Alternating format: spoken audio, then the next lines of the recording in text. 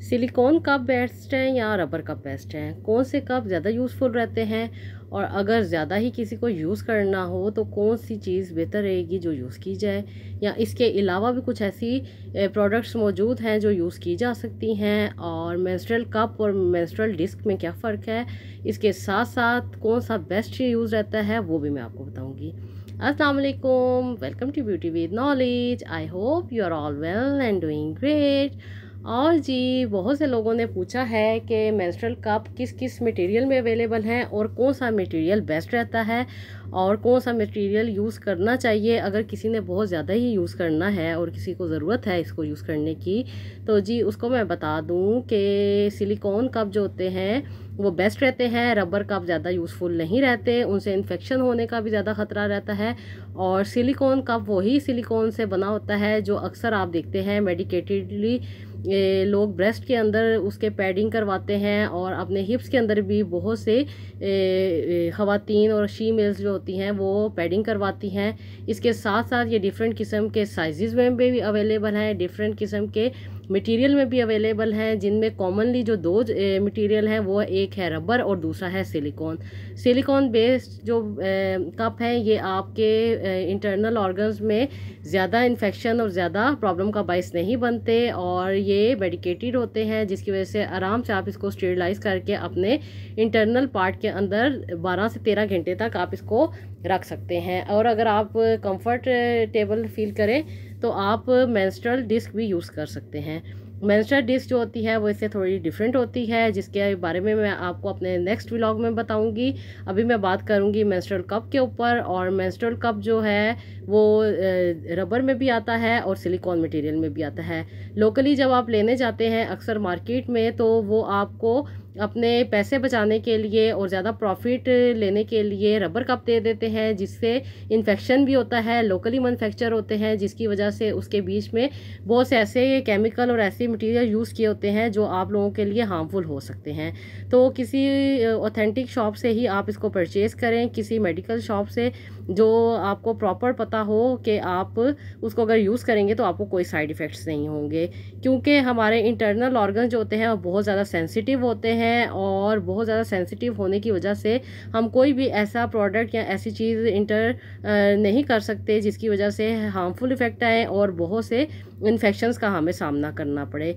बहुत ही डेलिकेटेड और बहुत ही सॉफ्ट इंटरनल ऑर्गन्स होते हैं, जिसकी वजह से हमें बहुत ही चूज़ करके चीज़ें यूज़ करनी चाहिए कि हमें इन्फेक्शन ना हो। क्योंकि जब ये इन्फेक्शंस हो जाते हैं तो उसके बाद की प्रिकॉशंस जो होती हैं बाज़-औक़ात आपके पूरे ऑर्गन को ये डैमेज कर देती है। ये वही ऑर्गन है जो प्रॉपरली आपको एक नई दुनिया में नई ज़िंदगी को लाने में आपके लिए सपोर्ट करता है। तो जी, ये प्रॉपर प्रोसीजर जो होता है पीरियड का वो आप लोगों को पता है कि एग बनते हैं, फॉलिकल बनते हैं, फॉलिकल से एग रैप्चर्स होते हैं। एग अगर आपके यूज़ ना हो तो वो पीरियड के थ्रू फ्लश आउट हो जाते हैं। तो जी, कप की बात की जाए तो कप को इंसर्ट करने के लिए पहले आपने इसको स्टेरिलाइज कर लेना होता है और फिर आपने इसको अपने वजाइना में इंसर्ट करना होता है।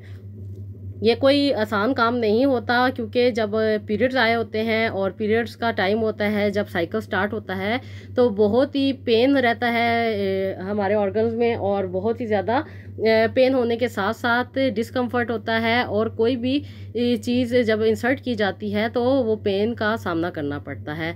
मैं आपके साथ इसके साइड इफ़ेक्ट इसलिए सब बता रही हूँ कि आपको हर जगह पे यही बताया जा रहा है कि ये बहुत अच्छे हैं, इसको यूज़ करना बहुत अच्छा है, बहुत आसान है, आप बहुत आसानी के साथ इसको यूज़ कर लेते हैं। तो ऐसा बिल्कुल भी नहीं है।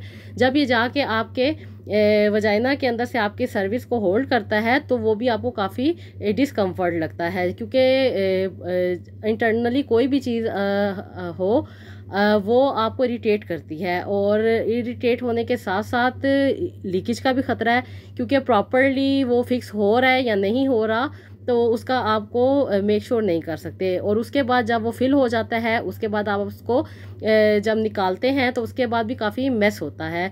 मेस होने के साथ साथ हाथ भी गंदे होते हैं, उसके साथ साथ बॉडी भी गंदी होती है और साथ साथ बहुत से ऐसे वॉशरूम में जो जर्म्स मौजूद होते हैं वो भी साथ ही साथ आपकी बॉडी के अंदर इंटर कर रहे होते हैं। तो जी मेंस्ट्रुअल कप को लगाना, मेंस्ट्रुअल कप को रिमूव करना और मेंस्ट्रुअल कप को अपने अंदर स्टेबल रखना बहुत ही मुश्किल काम होता है, ये आसान काम नहीं है। और इसको रखने से आपको मोस्टली प्रॉब्लम ही होगी, कोई फ़ायदा तो होगा नहीं। लेकिन अगर बहुत ही ज़्यादा जिनको ज़रूरत है, जो यूज़ करना चाहती हैं, तो वो मैंने प्रॉपर्ली आपको बता दिया है कि पहले उसको वॉश करें, वॉश करने के बाद एक ख़ास शेप में आप उसको मोल्ड करें, मोल्ड करने के बाद इंसर्ट करें और इंसर्ट करने के बाद आप उसको अच्छे तरीके से फिक्स कर दें और एज़ इट इज़ उसको छोड़ दें।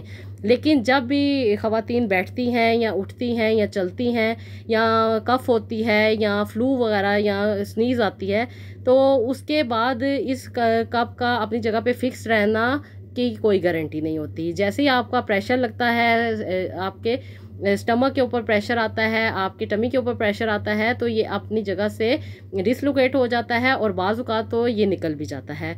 और बहुत सी शर्मिंदगी से बचने के लिए इसको ना ही यूज़ किया जाए तो बेहतर होता है। बाज़ औक़ात आप किसी ऐसी जगह पे मौजूद होते हैं जहाँ पे गैदरिंग ज़्यादा होती है, ज़्यादा लोग मौजूद होते हैं, खुदा ना ख़वास्ता आपको कफ हो जाए या आपको स्नीज़ आ जाए या कुछ भी ऐसा जिससे आपके टमी के ऊपर प्रेशर आए, तो ये बाहर आ जाएगा, आउट हो जाएगा, जिसकी वजह से आपको बहुत ही ज़्यादा शर्मिंदगी का भी सामना करना पड़ेगा और बहुत ही ज़्यादा आपको डिस्कम्फर्ट भी रहेगा। तो जी बेहतर यही है कि आप सेफ्टी के तौर पे पैड्स को ही यूज़ करें, क्योंकि पैड्स काफ़ी ज़्यादा हद तक बेहतर रहते हैं। और अगर आप इसको प्रॉपरली इसको सही तरीके से यूज़ नहीं करते तो बहुत से इन्फेक्शंस भी हो सकते हैं, जिनमें आपको फ़ीवर भी हो सकता है, वॉमिटिंग भी आ सकती है, इसके साथ साथ आपको स्टमक में भी प्रॉब्लम हो सकता है, इसके साथ साथ आपको बहुत से इन्फेक्शंस भी हो सकते हैं। और इसकी बात की जाए साइड इफ़ेक्ट्स की, तो इससे लीकेज का होने का भी ख़तरा है, इरिटेशन भी रहती है, इसके साथ साथ पेन भी रहती है, एलर्जीज़ और रैशेज़ भी हो सकते हैं आप लोगों को, और यूरिनरी जो प्रॉब्लम है वो भी आपको आ सकता है। इसके साथ साथ जी ये यूटीआई का भी सबब बन सकता है और बहुत ज़्यादा इन्फेक्शन भी हो सकते हैं, जो कि बहुत ही ज़्यादा सीवियर भी हो सकते हैं। सीवियर होने की सूरत में आपको फ़ीवर हो जाएगा, फ़ीवर होने के साथ साथ आपको स्किन के ऊपर रैशेज़ भी आ सकती हैं और स्किन के ऊपर आपको एलर्जीज़ भी आ सकती हैं। इसके साथ साथ स्टमक में भी पेन हो सकता है, जो पेन आपका हार्ट की तरफ भी जा सकता है। और बहुत सी ख़वातीन पूछती हैं कि ये अंदर जाके गुम तो नहीं हो जाएगा, तो ऐसी कोई बात नहीं होती, ये गुम नहीं होता, ये रहता वहीं पे है। लेकिन बहुत सी ज़्यादा क्योंकि हम हाइजीनिकली चीज़ों को प्रॉपर्ली मैनेज नहीं कर सकते और मैं कहूँ कि नहीं जी आप यूज़ करें, ये बहुत ईजी है, ये ऐसे है वैसे है, तो गलत इन्फॉर्मेशन मैं नहीं दे सकती। इसको यूज़ करना कोई आसान काम नहीं है और इसके यूज़ करने के बाद बहुत से इन्फेक्शन हो जाते हैं, जो कि बाद में बहुत ही ज़्यादा सीवियर हो जाते हैं और इनफर्टिलिटी का भी बाइस बन सकते हैं। किडनीज़ के भी इन्फेक्शन हो जाते हैं। जैसे ही आप कोई अपने वजाइना में चीज़ एंटर करती हैं तो उसका इन्फेक्शन जो होता है वो आपके ओवरऑल बॉडी में फैल जाता है। तो कोशिश ये करें खुद को सेफ रखें और सेफ साइड पे रहते हुए अपने आप को डिस्कम्फर्ट ना करें और इजीली जो चीज़ आपको अवेलेबल है वो यूज़ करें। तो जी ये था मेरा आज का व्लॉग, आई होप आपको पसंद आया होगा। इसको यूज़ कीजिएगा, इसका फीडबैक मुझे कमेंट बॉक्स पे दीजिएगा और हमेशा की तरह मुझे अपनी दुआओं में याद रखिएगा। नेक्स्ट वीडियो के लिए इजाज़त दीजिएगा। अल्लाह हाफिज़।